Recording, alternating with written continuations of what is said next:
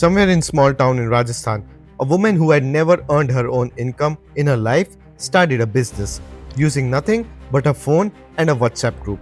Meesho made that possible for 13 million people just like her. Then, in 2022, they quietly made those people irrelevant. And then 3 years later, they had the biggest IPO in India. This is that story. The year is 2015. Amazon and Flipkart are booming, but only for urban India. Fast delivery, English interfaces, and credit cards. The other 800 million Indians completely left out. But something interesting was already happening on WhatsApp. Ordinary people were sharing photos of product, collecting orders from neighbors, and pocketing small profits. Completely informal, no receipts, no structure, no skill. And then two IIT graduates named Vidit Atre and Sanjeev Banwal saw it and decided to build a platform around exactly this behavior. They called it Meesho, short for Meri Shop, My Shop. No upfront investments, no warehouses, no physical stores. You simply share products from Meesho's catalog with your contacts, add your own margins, and keep the profits. Zero commission, zero risk. For millions of Indians who could never get a business loan or afford a shop, they suddenly had one. The growth was staggering, but not from where anyone would expect. Not from cities, but from everywhere else. Small town women, retired teachers, first-time earners, all of them building real businesses from their phones, in places Amazon had never even tried to reach. By mid-2021, SoftBank and Fidelity poured in $570 million. Meesho hit the unicorn status valued at $4.9 billion.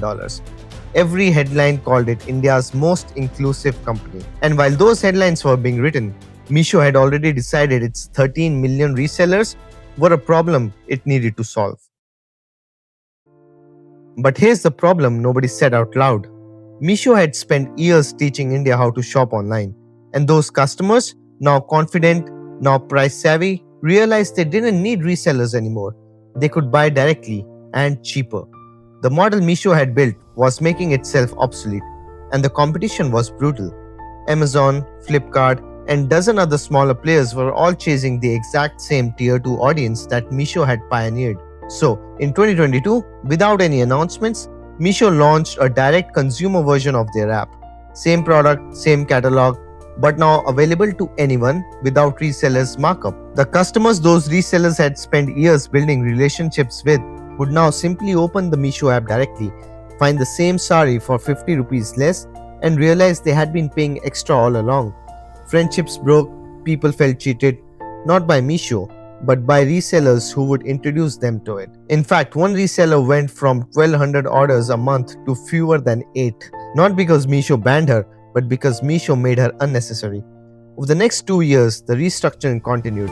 Meesho shut down entire verticals and let go of 251 employees, many of whom had joined because they believed in what company originally stood for. Remember the woman who built her first business on this platform? She wasn't the future anymore. On paper, the 2025 looked like a disaster. Meesho reported 3,941 crore rupees of loss, the kind of number that ends companies. Except, this wasn't real. Buried inside that figure were one-time restructuring costs, legal fees, tax fees, reorganization expenses. Strip those out and the actual operation losses was just 108 crore rupees on 9,000 crore revenue. And this version of Meesho, stripped down, less idealistic, more ruthless, was quietly doing just fine. 187 million Indians were still shopping on it every year.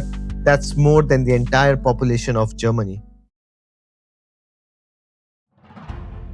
December 2025, Meesho goes public.